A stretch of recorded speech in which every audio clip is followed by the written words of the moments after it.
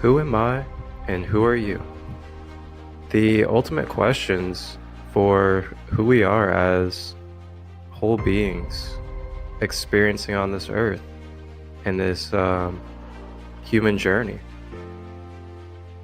And to find the answers to these questions, we are going to be sitting down and exploring the minds for the wisdom and knowledge of the layers that make up our beings. From the mind, to the emotions, to the body, and to the astral with the light body. We will be exploring these different multi-dimensional aspects of who we are as the I Am presence in this world on earth, in the human experience. We'll get to have fun, cracking smiles, and diving deep into the knowledge with different psychics, intuitives, shamans, coaches, teachers, practitioners, and many more different beautiful conscious souls of the everyday life to gather the information we need in order to unravel these layers and become more aware and present in ourself as the whole I Am presence that we are. And I'm very grateful for this and really look forward to the journey. So thank you all for tapping in and being a part of this. And I am your host, Marcus, aka Crystalite, and I will be on this journey with you from the beginning to the end as we travel through the process of clearing layers.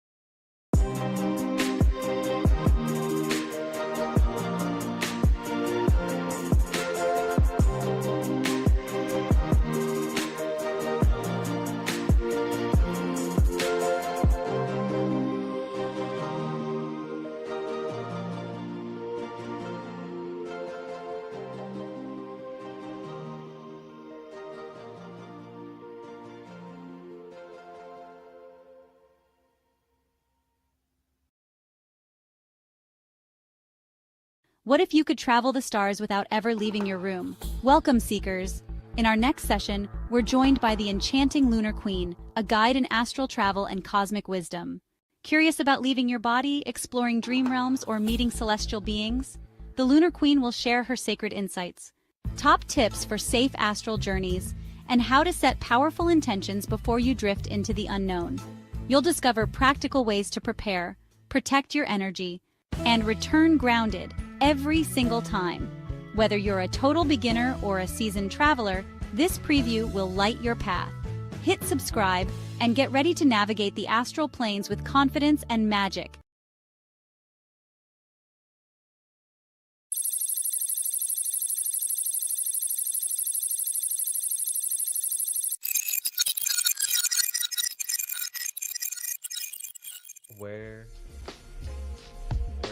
Coming up this Sunday, on the 24th, 8 p.m. Eastern, the process of clearing layers.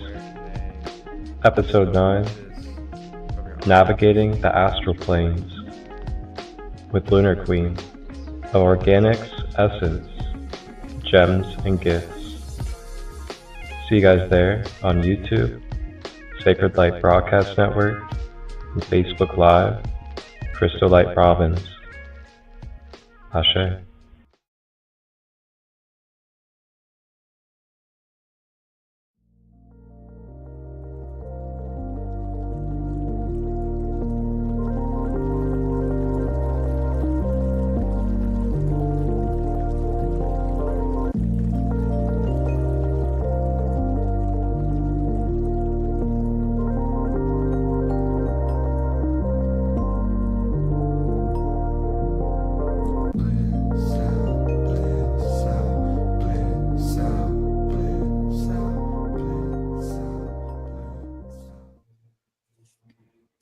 Hello, wholeness and balanced love, everybody, and thank you guys for tuning in to another episode of Season 2 of the Process of Clearing Layers, a holistic, multidimensional series hosted by myself, Marcus Crystal Light of Sacred Light Healing and Wellness. On this journey, we are now in Season 2, and in Season 1, we explored various different practitioners and other ways of holistic and conscious living, such as Organite, Reiki, QHHT, and so much more. And as we journey in Season 2, we are exploring even more of these wonderful, conscious, and beautiful souls around the world that have various holistic and conscious ways of life to share for us.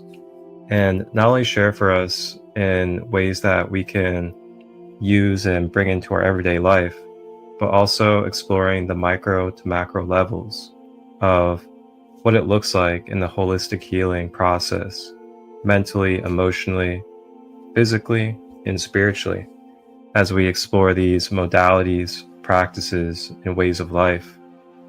And joining us on this episode, we have a divine sister that is also a part of the Sacred Kingdom community, and she is based out of Louisiana, and she is a mother of 2 young children, and she's also an independent entrepreneur with her own crystal shop online. And joining us on this episode to talk about navigating and traveling the astral planes is Ali, Lunar Queen. Welcome. Thank you. How are you doing? I am great, and I am just really joyful and honored to share this space with you tonight, and to allow the collective to be able to explore a little bit of this knowledge and information that you carry when it comes to navigating the astral planes. Yeah, I'm looking How are you? I'm doing well. It's been a great day. Great. Love to hear that. So we'll go ahead and get started and just dive right in. And what I like to always do is just open up with the question of, what was your life like? And what kind of experiences did you have or go through that brought you into awareness of the astral planes and how to consciously navigate them in your everyday life?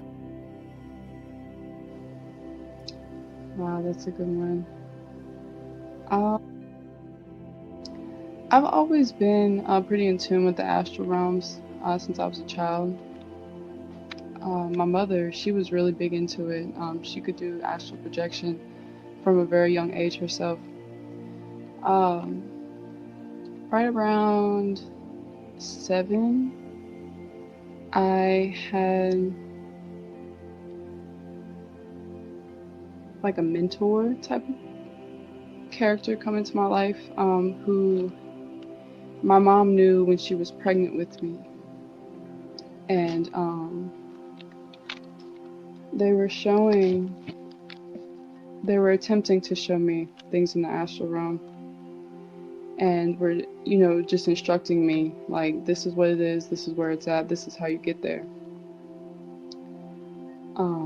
So fast forward to now, when I'm getting deeper into the astral realm and everything. I want to say I was about 20. Yeah, so I've always had the background knowledge of the astral realms, but when I was 20, I really, really started tapping into it. And it was so much as, I could see, go in and see what was in the other room, see where it was and things like that. And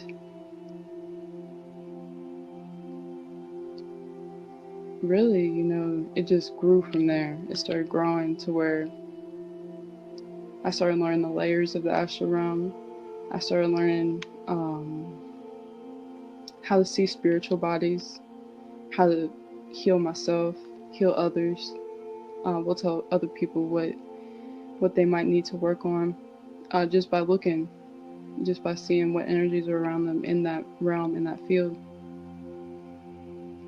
And then it eventually brought us to encountering, others who had this strength. So I was able to learn from others, and then over time, eventually, now I'm teaching it, and I'm teaching other people how to be protected and stay safe in this area, because it's a vast place. It's big. There's a lot of things to see and a lot to learn about it.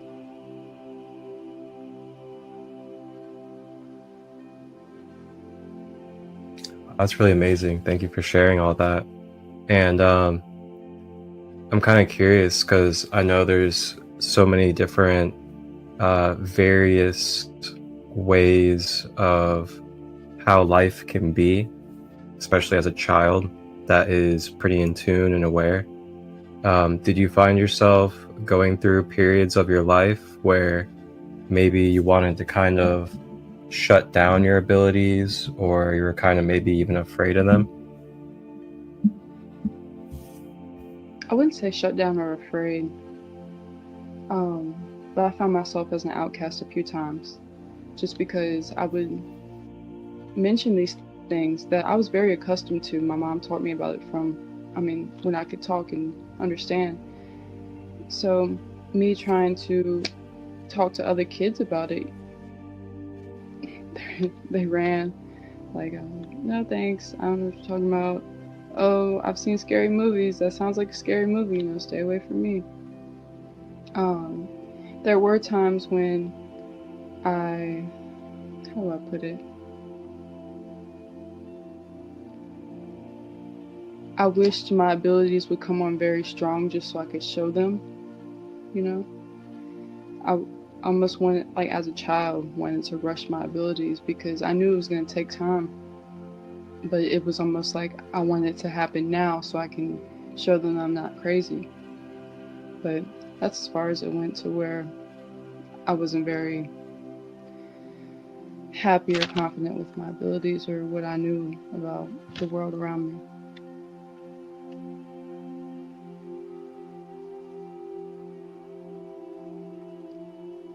Yeah, thanks for sharing that too. What is if there was one thing that you could say to either your younger self or even those out there in the collective right now that are kind of in a similar position, what would be one thing of advice or just wisdom that you would bestow upon them that are kind of going through a similar part of their journey? Oh yeah, keep vibrating high. And don't worry about the people who aren't vibrating high. You'll attract the ones that are vibrating high. Just keep going. Don't worry about the ones who doubt you or think you're crazy. They don't really matter, especially when you start attracting everything that you want and desire into your life. They're just little roadblocks. Not even blocks. They're just little things to see along your way.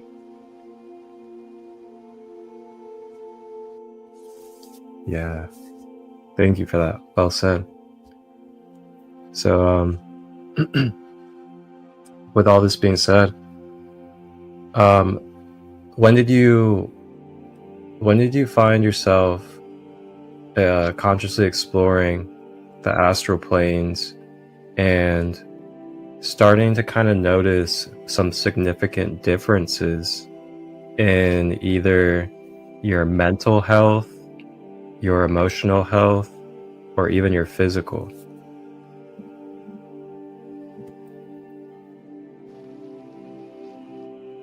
It started when I started going to my mind space, using the crown portal to go into my mind space. and I started seeing these beings, but I couldn't understand what they meant. So I eventually dove into them, and really understood that this is a depiction of depression. This is a depiction of anxiety in my mind space. It's not a real entity, it's what I've created in my mind space around me, subconsciously, of course. We don't intentionally create depression or anxiety around us, but that was there. So I used that depiction to help me heal. I saw it there and I was like, I don't like this here. When I'm looking at it in the astral realm, when I'm looking at it standing by my higher self, when I'm looking at it, just clouding my space, it gives you a different perspective. Being able to see it from that point of view teaches you, like, this is what it looks like when I'm outside of my body and I'm looking at it. Imagine what it looks like to other people. It's not about what the other people think, but it's about you and your wholeness and wanting to cure those things. And being able to see it is just, it's like a boost. It really pushes you to go through that dark night. It really pushes you to face these things head on and clear it up and see where they root from. It's just that perspective. When you change your perspective, you can really go within. Especially if you put yourself in the perspective of looking out at yourself. Even standing over here in the astral plane, turn around looking at your this body, you can start to see things. But there's something about my mind space that really, that was like that click right there. That's it, it's time.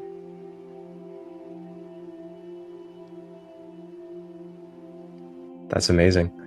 And I think this would be a great way to segue into some more core details for the collective of what the astral plane is and different ways of navigating it, and also maybe like some precautions and just ways of having correct and conscious boundaries navigating the astral plane.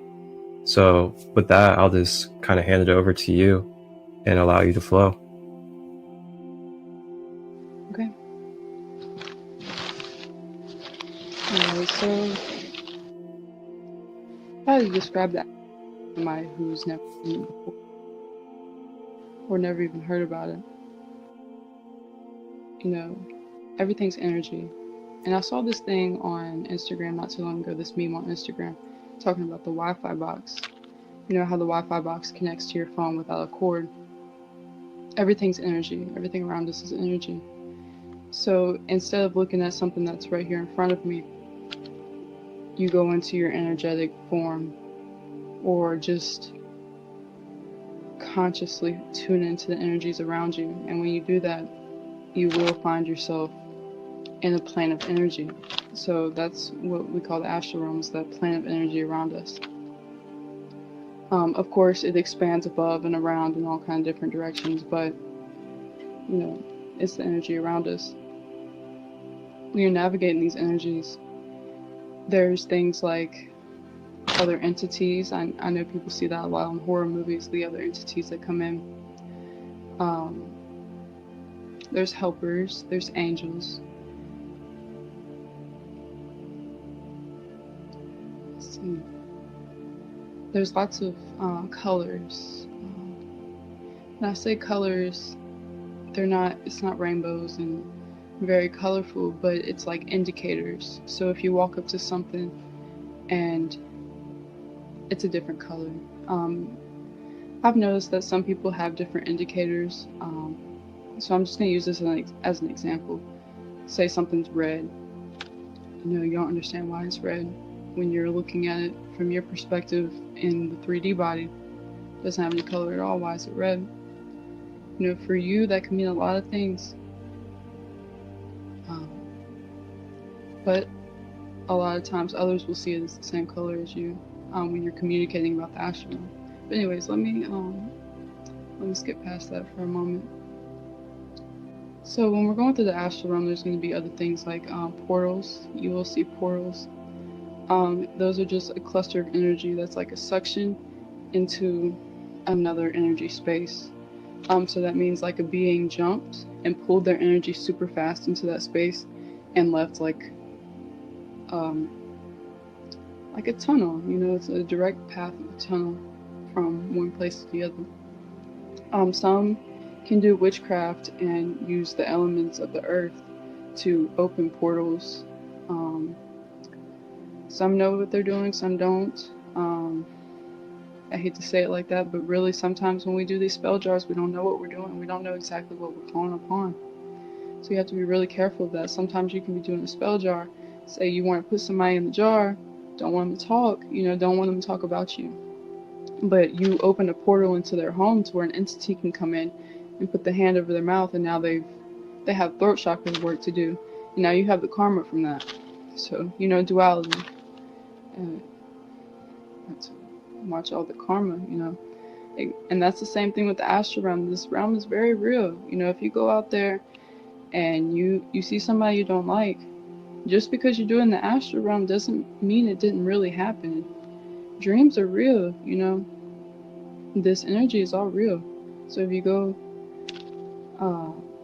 over there, you just have to be very cautious and careful of that. Sorry, I'm I'm kind of trailing off a little bit, but that's just what's coming to me at the moment. But to stay protected from these things, you're gonna want to, consciously be able to go into this energetic field and make sure that you're keeping your space clear and making sure there's not too much around you that can infiltrate your energy and bring you down.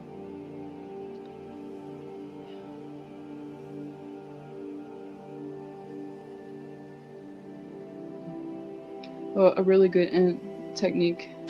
So for when you're getting into this and when you're getting used to this realm, you could put mirrors around you. That's a really good one, just to sit behind the mirrors and have that as your protection, facing out instead of facing in, face out. So you have that boundary around you to keep things from coming into your auric field.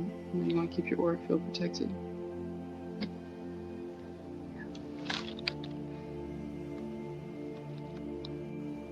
It's pretty fascinating. The question I have for you is, now the astral planes, now can you kind of can you do what we call like soul retrieval or regression through astral travel? Oh yeah. There's levels to things, of course. You have to, depending on where your soul was I wouldn't say lost, where your energy is being used. You can always magnet it to you. Like, I like to picture like I'm holding magnets all around me and I'm pulling my energy back to me, and then what's yours is going to come back to you. So even without going into astral, you could just visualize that energy coming back to you. But the fun thing about astral is there's timelines and levels. So just get your astral body and wanting to go find your soul, soul retrieval, you're going to want to make sure you're on the timeline that you want to look at. And then you want to make sure that you're on that version of yourself and the life that you lived that is where you left it behind. So my best advice, just wanting to start out and doing that, would be to consult with your higher self, honestly, and let your higher self teach you how to see these things and see where you need to go, so you're saving yourself time. Because sometimes we'll just get caught in a loop of going to these past lives and things like that, and you're like, I'm certain it's in this past life, or I'm certain I left it. You might have left it there, just not on that timeline, Yeah.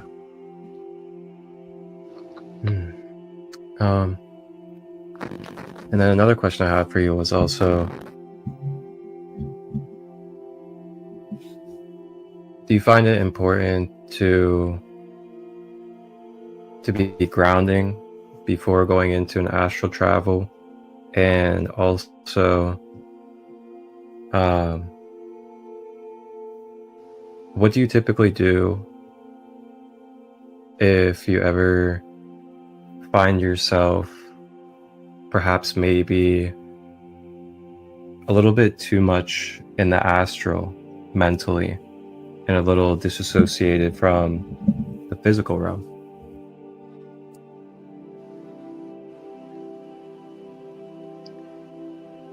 Yeah, so the grounding part, it depends on how deep you want to go. I mean, if you want to put all your energy into your crown, I mean, go for it. You know, just keep in mind that you are going to have to come back and ground a lot. Personally, I try to stay in and look from that perspective so I don't get caught into this disassociation moment, because that will happen. It does happen a lot. So grounding is very important, don't get me wrong. But there are levels to things. If you really want to go deep into the astral realm, you can put all your energy into it. But if you come back and you find yourself disassociated, it is going to take a little bit longer to, you know, ground yourself than it would if you had grounded yourself before you went. So the best thing to do if you're getting dizzy, getting headaches from being disassociated, go touch the grass. Like, when I say it like this, I mean like go run your hands through the grass and just feel the earth. Remind yourself that you are in this 3D body. Pull your energy back through your energetic points and really feel yourself. I like sandalwood a lot, not only because it's really good for you to stay accessed, but the scent of it will keep you close. The incense, not just the oil, the incense. It's like a balance of grounding and access to the astral realms. So it's like an enlightening thing, but with the earth scent. And that just, when I first started going into the astral planes, I always had sandalwood burning, or frankincense, but mostly sandalwood. And I had blockages. There was a hex on me. I'll just say it. You know, there was a hex on me before I started, and that sandalwood really got me through to these astral realms, into these planes. And then after that, you can go in and clear the blockages. And then once you start working with your energy, you can bring your energy down from being so disassociated. You can take it in and bring it down and ground yourself. And so between touching grass, pulling your energy back down, having an earth-like incense burning, or washing your hands is a good one. When you're feeling too disassociated, you need to feel the water. Wash your hands. Sometimes taking a bath helps. I notice that showers like overstimulate the crown chakra that's already really working too hard. But if you sit down in a hot bath, or even a cool bath will work, just depending on your sensory levels, it's bringing that energy back down. And that's what you want. You want to, you know, feel grounded after, because I mean the after effects sometimes will have you dizzy, falling over, can't sleep, things like that. So just be mindful of that also.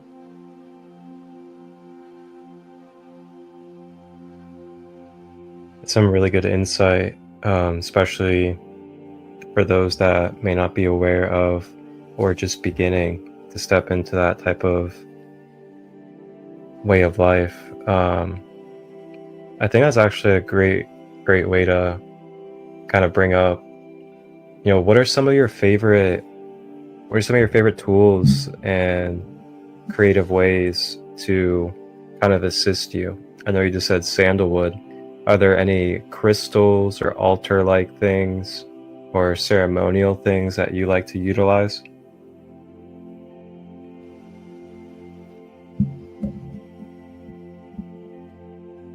I know there's a lot that work. I'm just gonna be honest, I don't usually use. I recommend a lot because of their um those are good tools to teach you how to do the flow. And they're really good to keep you regular.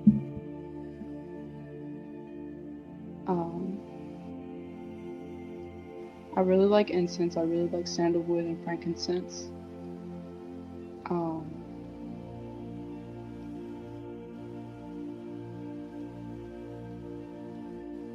can't remember. I'm trying to think of the crystal I used when I was first starting. Chevron amethyst is really, really good. Every time I touch it, it's like I jolt into the astral realm. It's like, okay, be careful, don't touch me. Leave it alone because it'll zap you there really quick. Which one was I using? Yeah. Labradorite. Excuse my accent. I have a hard time pronouncing things sometimes, but that one's really, really good if you want to reflect and see what's going on with your auric field. So working with labradorite, you can hold it, go into meditation, and it's like you're almost holding an energetic mirror, and it's really going to highlight the things that you want to work on, and it works for all of your chakras and your energy points. Another one is strawberry quartz. That one's really good too, to really keep that energy flowing through and balancing that grounding.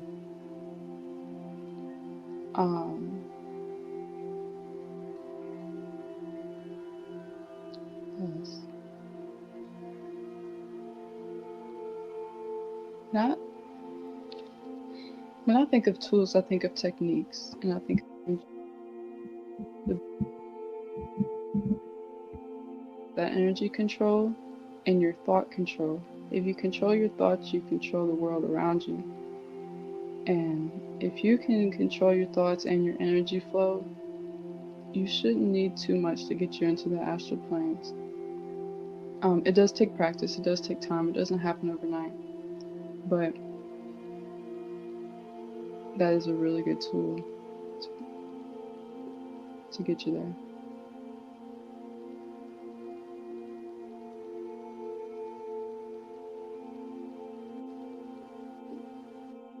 Yeah, I was gonna say labradorite would definitely be a good one, and I'd probably even say, and I've discovered this crystal through you. I'd probably say thousand-eye jasper as well. Those are good. I've never worked with them.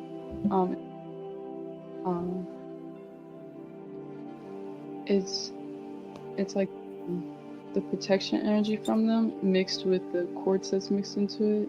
Yeah, I actually have one sitting right there that I'm looking at, and a labradorite right beside it.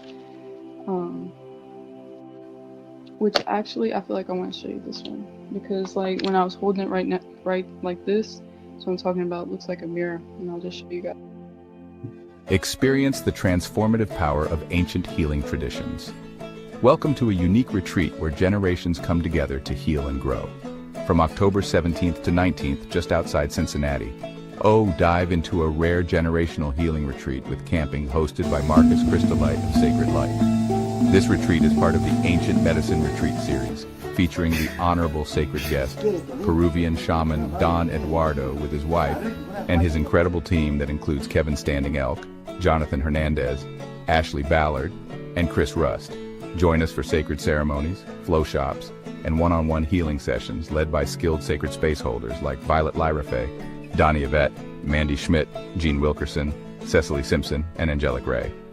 Feel the energy shift as you immerse yourself in holistic well-being. Bask in the healing power of live music from artists like Amber Echo, Shay Brown, Evan Sturgeon of Sturgeon Friends, Emerald Alliance, Aura de Prophet, and Illuminati Congo. And let's not forget the fire and flow arts that will light up our nights. Nourish your soul with delicious plant-based meals prepared by sacred indigenous chef, Grandma Katie Singing Eagle. Explore the vibrant energy of crystal gemstones with Pratt from Organics Essence Gems and Gifts. This retreat is family-friendly with no alcohol or substances outside of 420.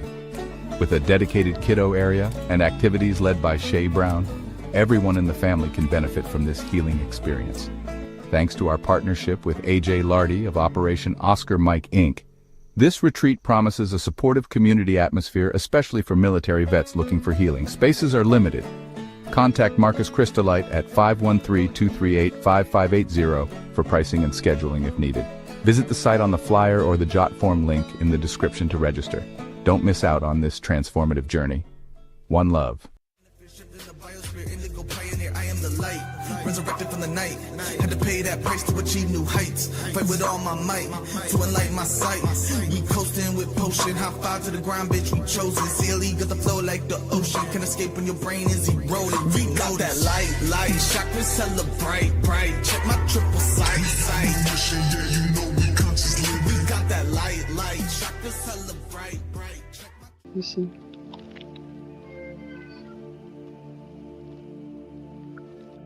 Oh, wow. So it's like you feel the pull in, and it's like a reflect back. It's really good.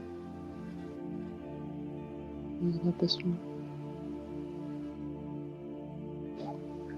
With this one, the green, Oh, yeah, that's a beauty. the green, orange. Wow. And that one just came to mind right before you mentioned Thousand Eye Jasper. Moonstone. Moonstone will get you there too. Almost any type. That peach moonstone has a little bit of the grounding effect along with it though. It's going to give you that the confidence along with that connection. And I think it goes down. I almost want to say, no, it doesn't really pull you all the way down into your root, but I think it hits the sacral too. So, if you pair that with a carnelian, Yeah. you should go as far as grounding and access to the etheric realms. Mm-hmm. Really good too, just for tapping straight in. Yeah, that's good. Great examples. So with the astral travels, is there like any kind of preparations that you ever go through intentionally to kind of assist you to get there, such as fasting or detoxing, or kind of going into maybe like a meditative or ceremonial space leading up to it?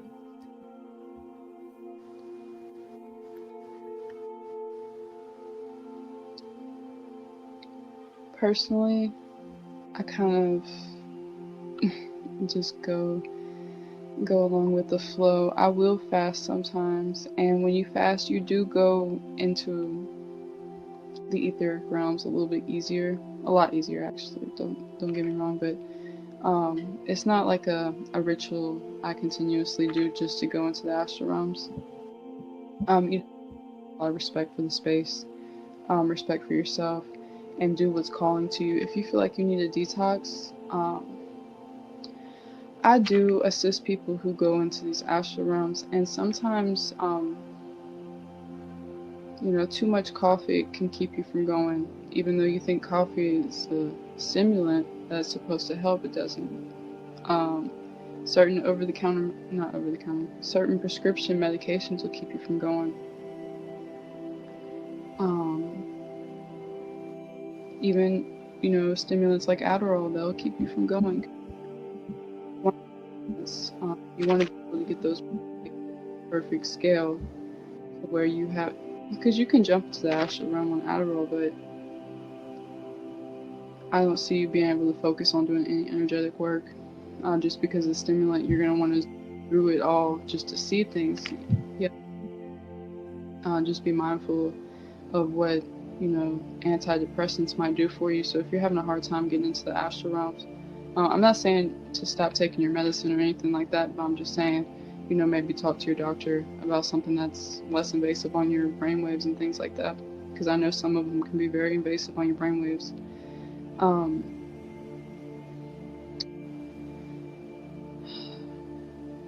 Before going in,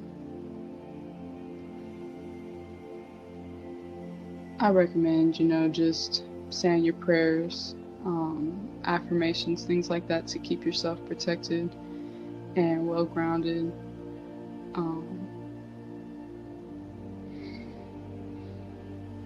Some people do sit with their ancestors before they go, but to me, sitting with your ancestors, I'm already there, so it just depends on what type of ancestral work you do. Do you call them down to your space? If they're already in your space, then they may sit with you before you go. If you have that boundary with your ancestors to where, they stay in a certain space and you keep your space clear, then, asking to meet them there could be another thing. So say like my mind space is my first stop before I go anywhere else. I go to my mind space, I chat with my higher self, see what we need to work on, see what we need to go look at, maybe talk to my ancestors and my guides and see how they want to guide me through whatever we're about to do. But that's another thing. If you start, doing spiritual work for other people, don't go doing things to people's timelines without talking to their guides and ancestors. That's a really big thing.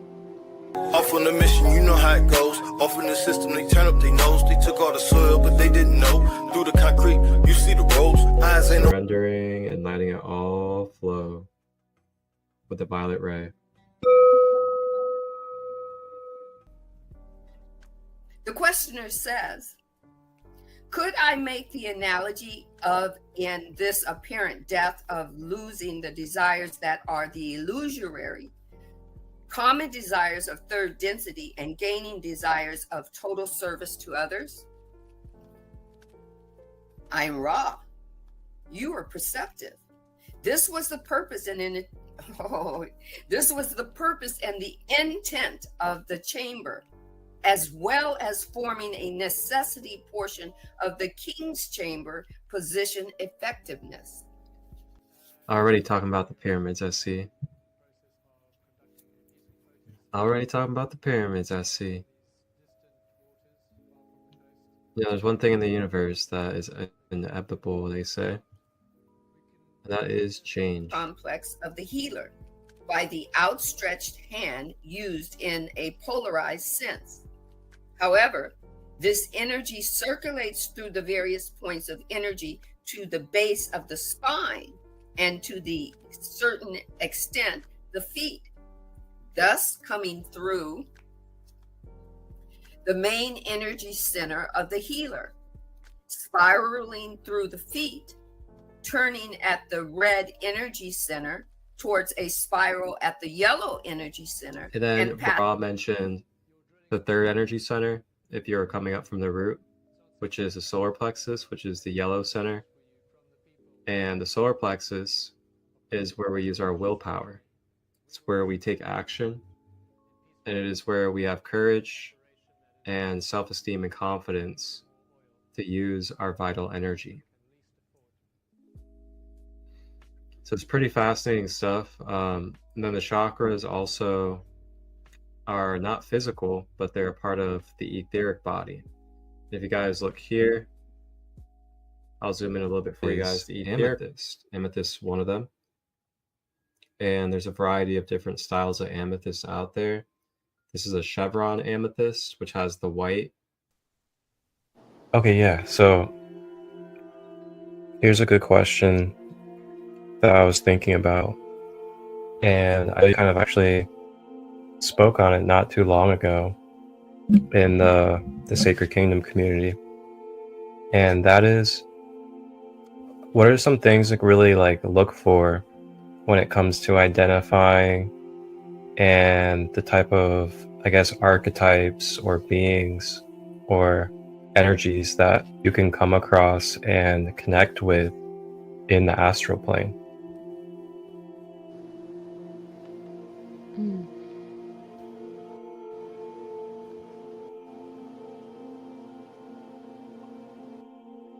Sorry, I think I hear my baby. So, identifying. Yeah, so they're all going to have pretty distinctive characteristics.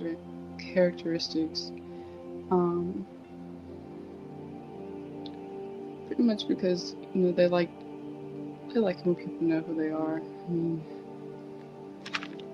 don't we all? It's kind of like that I am thing. Most of these are going to be vibrating low. I wouldn't say most of them because there are the good entities, but when it comes to darkness, they are going to be vibrating low. And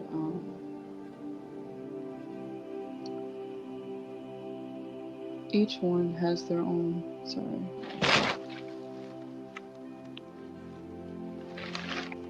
So they are going to have their distinctive characteristics and things like that. Some of them make noises, like little chatter noises, to kind of let you know who they are. Some will knock on your ceilings and your walls to let you know who they are. When you're looking at them in the astral realm, you're going to want to make sure that they're not something that you put there, because like I was mentioning earlier about the depression and anxiety that I saw in my mind space, you could very well have manifested that into your home. Or if you live in apartments and things like that, you might have had somebody who lived there before you leave their depression behind. And I mean, it's quite literal. It's an energy. Everything's energetic. So when you go into the mind space, you can usually recognize it just by tapping into it. And you ask it who it is, it's going to tell you, who are you? I am this. If it has a name you don't recognize, ask its intentions. It has to tell you its intentions. If not, if it refuses to speak, you can still find out their intentions. But I haven't had a situation where they refuse to speak or telepathically tell you, because sometimes people go into the astral realm and can't hear anything, but they know things, so they might telepathically relay that information to you. Also, when you're hearing things in the astral realm, it's not going to sound like you and I speaking. Sometimes it does, but most of the time it's going to be more like a thought, like a knowing, or really a concept coming into you. So just be mindful of that.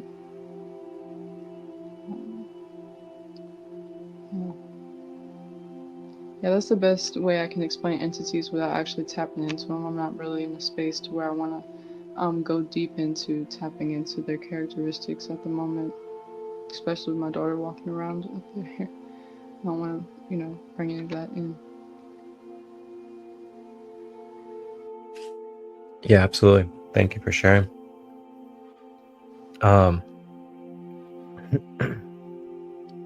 So with your own experiences, what are some of your favorite experiences, and what are some of the maybe the most extraordinary astral experiences you've had?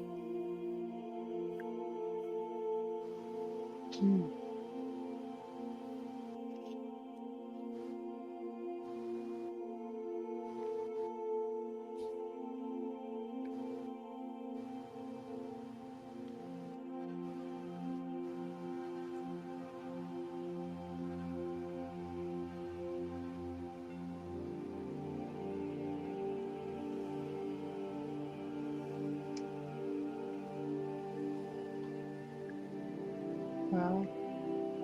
One of the most extraordinary was when I was really getting into it. I remember I stayed up all night, but I wasn't up. It was like almost like a lucid dreaming thing. But I was just going. I wanted to see everything. I wanted to know everything about all the layers of the realms. That was pretty extraordinary. Just zooming through. I've done a lot and seen a lot of things. A lot of them I went into dark spaces, just exploring. One time I went to the moon. I just wanted to see what was there, and there was a guard there. I actually got attacked by said guard, and I woke up the next day with a bruise on my chest. That's pretty extraordinary, and it really lets you know how real these things are. When I say I was attacked, like I was attacked to where like I lost control of my spirit body, and my guides, like I saw them pulling me out, and then I jolted awake, and I had like a huge bruise like this big on my chest, in the center of my chest where I was attacked at. So that was pretty extraordinary. I went looking for, which this could be a metaphor. I haven't really dug deep into this yet, but I went looking for Gaia, the energy of Gaia. I wanted to see like the source of her energy. So I went down, I found her, which it was very hard. You'd think it'd be a little bit easier, but when I found like the source of Gaia's energy, it's like she had something in front of her and on either side, and all she could see were, it was like media around her. So I prayed for that clearing and things like that, but that could be a metaphor for the grids, the things that are being put in place around us. But that was a pretty extravagant encounter, because I mean, that energy is so pure, and to see that pure, beautiful energy of Gaia to almost seem confined to a space, it was very alarming, and I mean, of course I recognized energy. I knew it was Gaia. I knew who I was looking at, but it was very alarming, to say the least, to see her in that confinement, that confined space, but yeah, there's like really good things about it. You get to see a lot of things. The more is the knowledge. What about grid work? Yeah, grid work. Oh wow. Okay. So one time when I realized that you can like do grid work and things like that, I actually called an army of people, well, spiritual beings and stuff, and I was determined that we were going to keep them from controlling the weather. Okay, so we were almost there, right? So there's like this grid over this realm that we're on over this earth, and there's like energy points, but there's so many of them. So you could put a jolt of your own energy and wipe it out temporarily, but I was like, that's not enough. My energy cannot knock this whole grid down. I want to knock it down and keep them from being able to control the things we see control. Like, it was just something that was like very interesting. So what ended up happening was this group of people, well, we succeeded, right? These are spiritual people I'm talking to. We pushed all the energy points, we jolted the energy, and then it's like, I don't know, and a day later it was just back online. So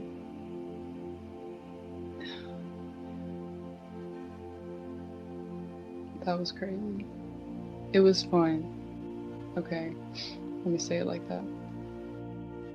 When you really, really understand what your energy can do, it changes everything. It changes the way you walk, the way you carry yourself. It changes the way you speak, because you are very powerful. All of us are very powerful beings. You just have to practice that thought control, practice that energy control.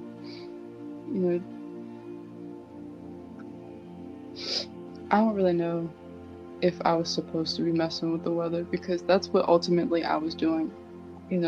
My energy called other energies together to help me mess with the weather.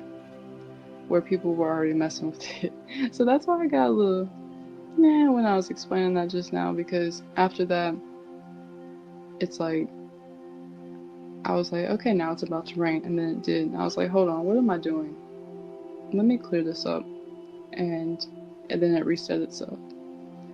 So when you get into this grid work and things like that, just know what you do does have an effect. Even though it may feel like you're in a dream and you're just messing with pretty lights and pretty buttons and things like that. That stuff is just in front of you, you know. So just keep that in mind when you're doing your grid work. Don't feel like it's not doing anything at all, because sometimes it's doing a lot of things.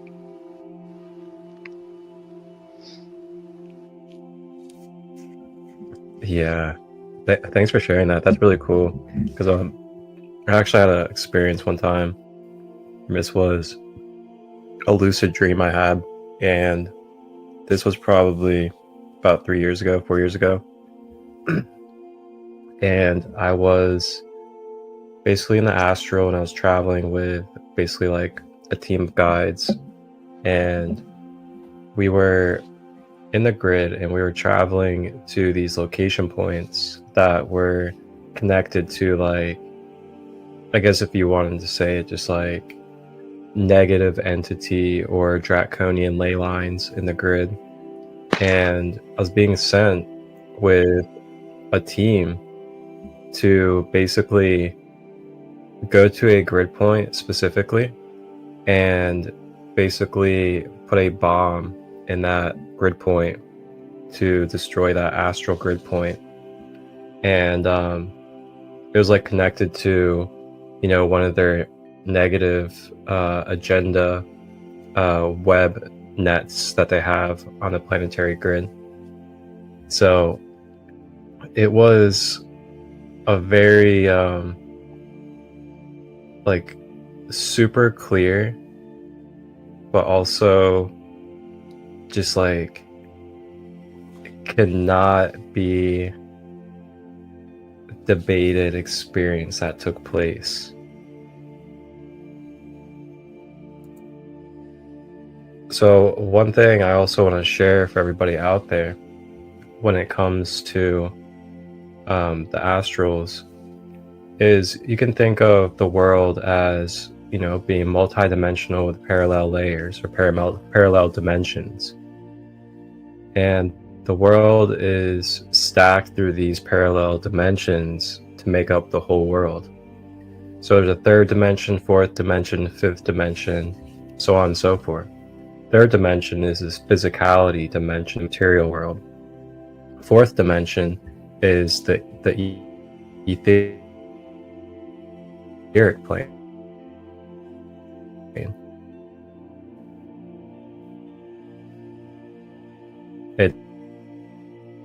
It's the Akasha, it's the astral plane. And that kind of connects and then brings us up to the higher dimensional realms. So that fourth astral realm, it's a overlapping and also moving through physicality dimension, because it's lighter and it's a higher frequency. That means it's able to move through this lower frequency of physicality.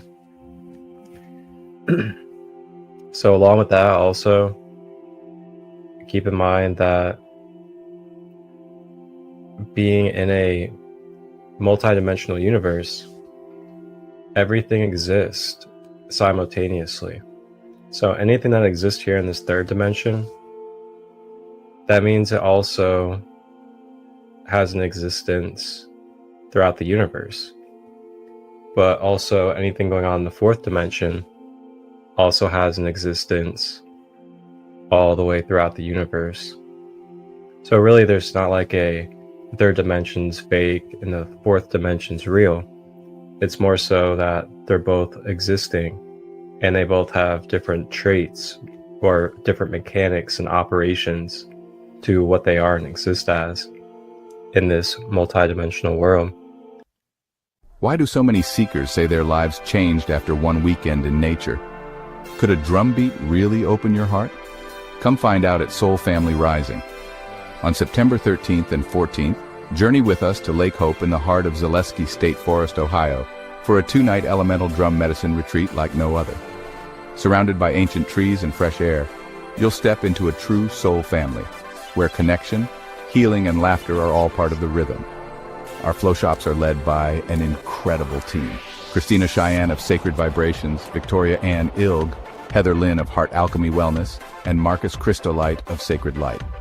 They'll guide you in elemental practices that bring balance and clarity, tapping into earth, water, fire, air, and spirit. Plus, don't miss our special guest, Chuck Wilson of Walkendrums, a master shamanic drum maker whose drum flow shop is truly unforgettable.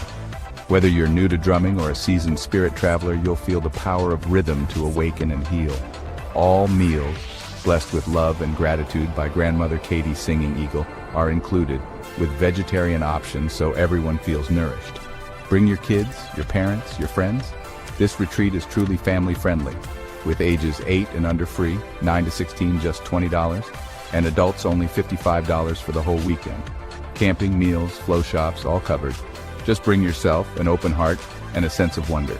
Space is limited, so register now by scanning the QR code or visiting the link on our flyer. Questions? Text Marcus Christolite at 513-238-5580. This September, let's rise together. Your soul family is waiting. About just my astral experience, and I explained a little bit to everybody about, you know, the parallel dimensions and how basically, you know, just as much as we believe this third dimension is real, you know, the fourth dimension, other dimensions are just as existing as well, and that they're all parallel and existing. So it's never really that, you know, everything that's going on here in this material world is real, and then everything else is fake. It's just more so that different dimensions have different purpose, mechanics, and ways that they operate, and it's all coexisting at once, and you can experience the different dimensions mentally. Oh, yeah.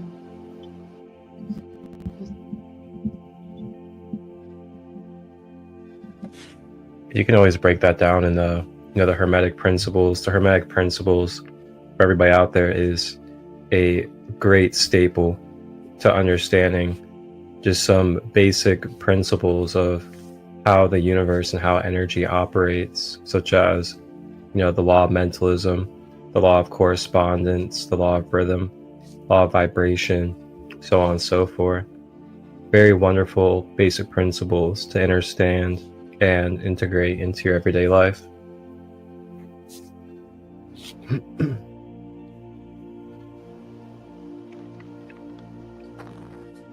So with that being said, I'll go ahead and kind of leave the space open for you to share any final things that you feel very valuable for the collective to know about regarding the astral planes, whether it's navigating, security, intention, or anything else that you feel.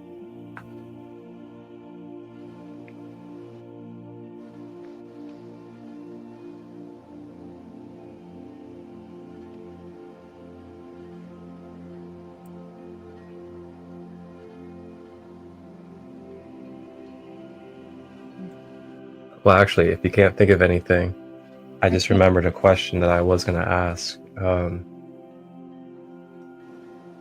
You can ask me. That question is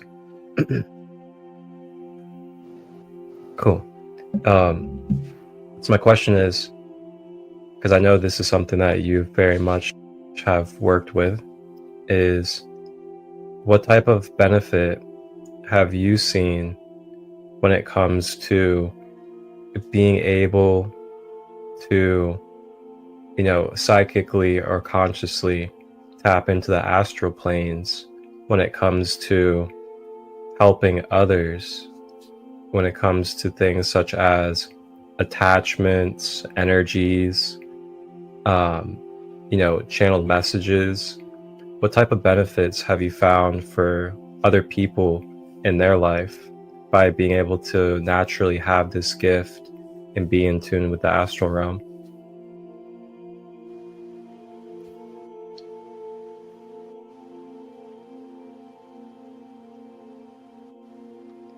Wow. There's so many things that I can get into with that one.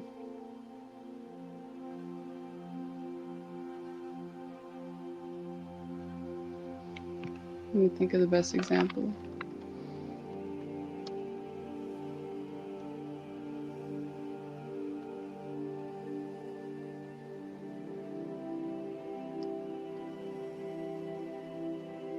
Being able to see somebody's auric field is a very, very good way to help people. Just being able to see what they have going on can really open the door to help them heal.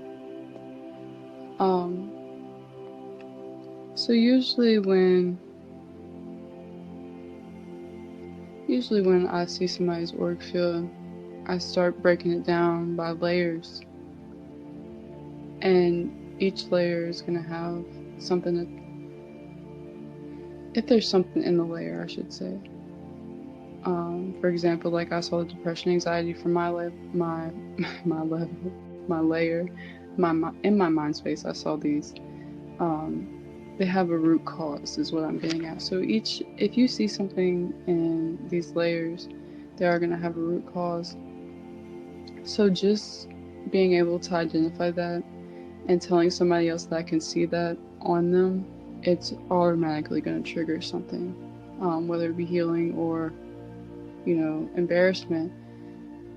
That just depends on their mindset. 99% of the time it is going to trigger healing, just because, when you're in this awakening state, you want to heal and you want to be balanced. So most people I work with are going to want this balancing and this healing.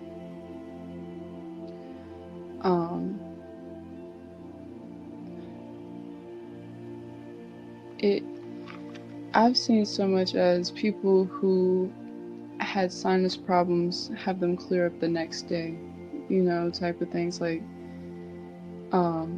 what I channel is, first and foremost, you want to talk to the guides. You don't want to just go into somebody's auric field and decide for them. I will say there are people who do that,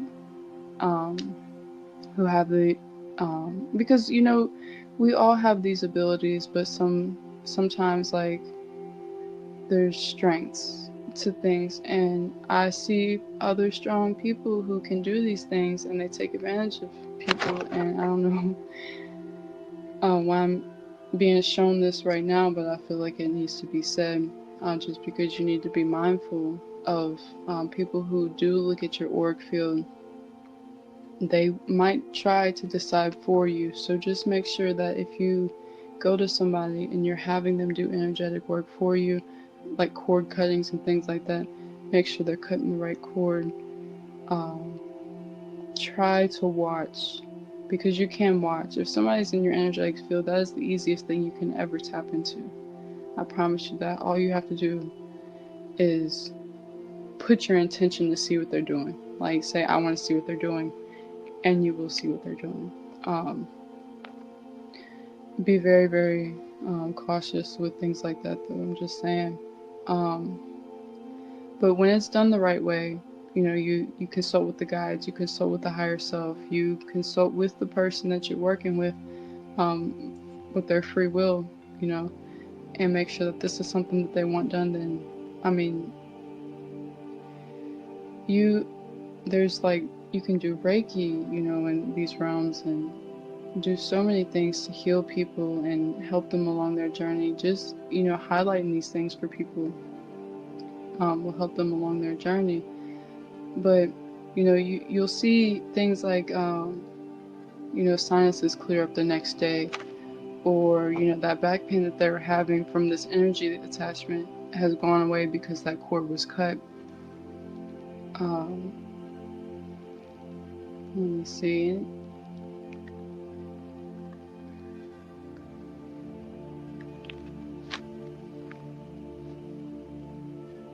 Sorry, I have like I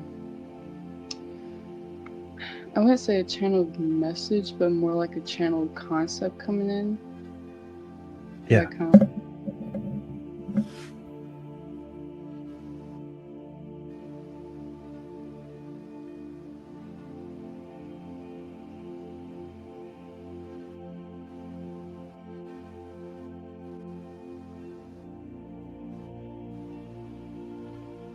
Something about making sure you're looking forward when you're going through the astral realms. So I'm assuming it has to do with making sure that you're doing energetic work to benefit yourself. Like just okay, I see what you're saying. Okay, so what I'm hearing to explain is like when you're going through the astral realms, and you're trying to do energetic work for yourself, you want to make sure that these cords that you're cutting for yourself are also cords that need to be cut, because sometimes you might just get upset with somebody and want to completely cut off their energetic help for you, when it's actually helping you, even though it's upsetting you at the time. So consulting with your own higher self and your own team might help you with that. And make sure it's your team talking and not your ego. Because sometimes your ego just gets so upset with something. These cords can be reformed just depending on the level of you re-meet this person and how much of destiny it is.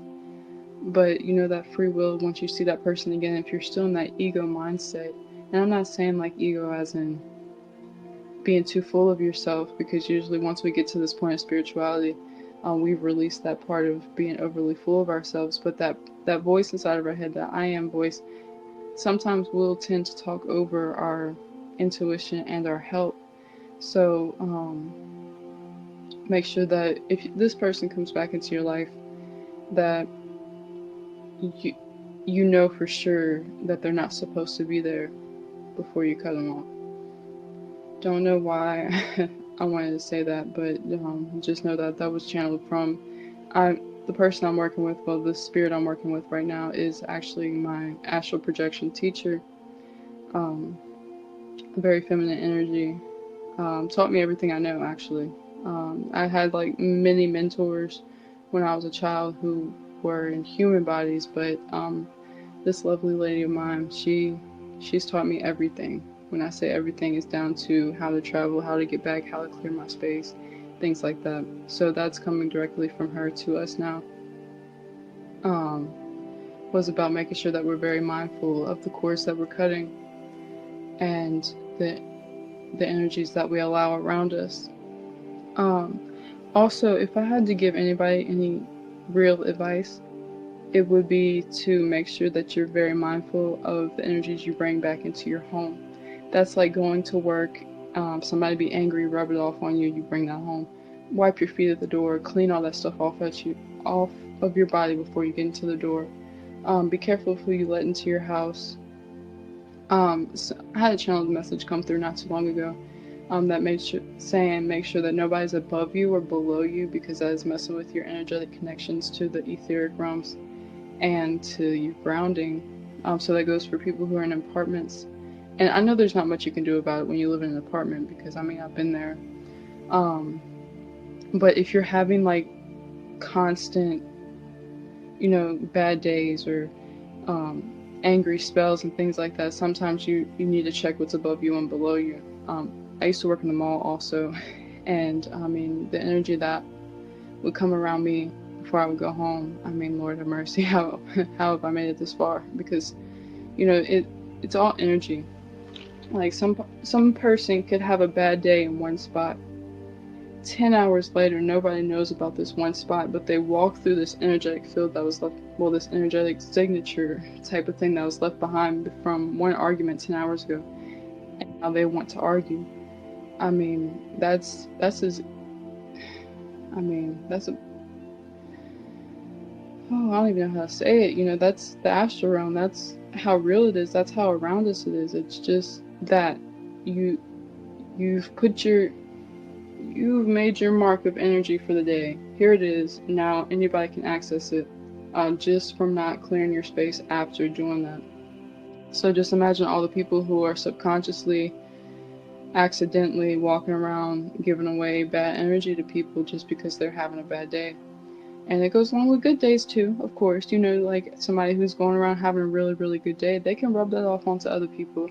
But there's levels to things. Sometimes, like, you know, and unfortunately in this day and age, we're seeing a lot more negativity than, you know, some of our, you know, other times have. I don't know about how long ago, but, you know, I'm just saying. Anyways, unfortunately there is a lot of negativity. So, you know, even just being that light that's out there putting these happy energetic signatures all around is just the smallest thing you can do, but the biggest impact on people around you, you know. Wow.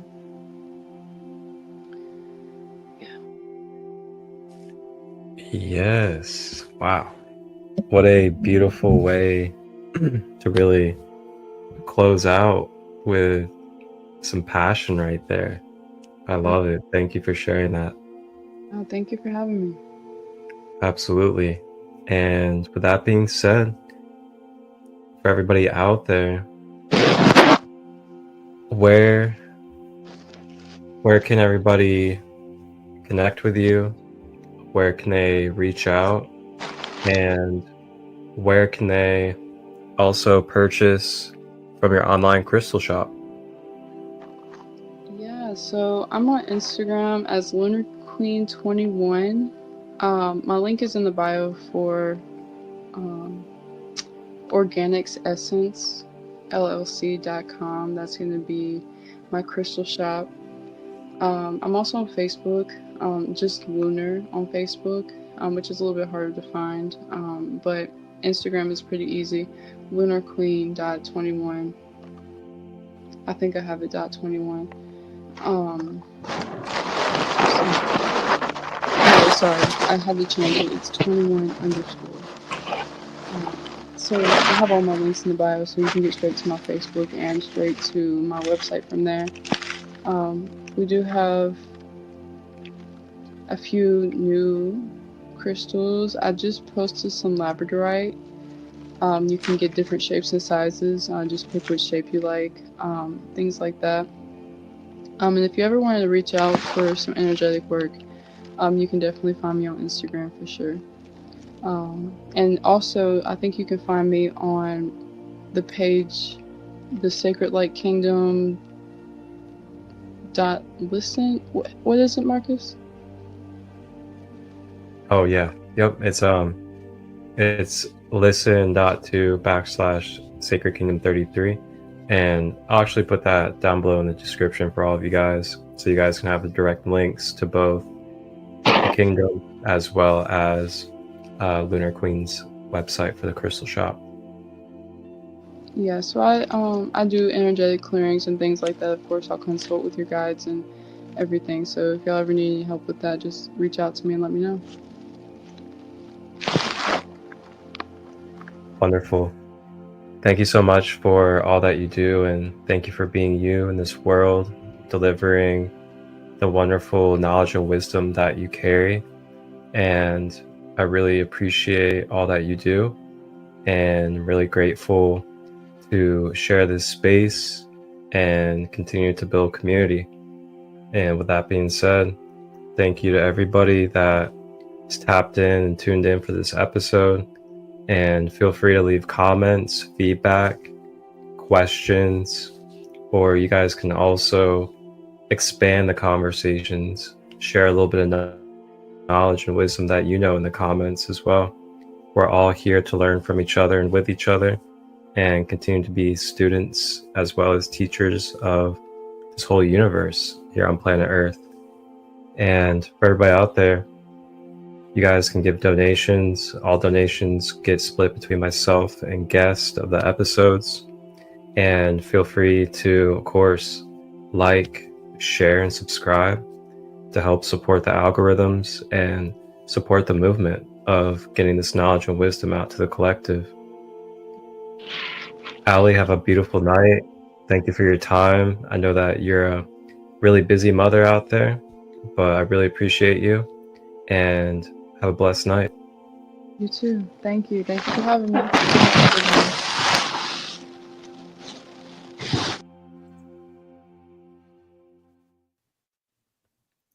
Wholeness and balanced love.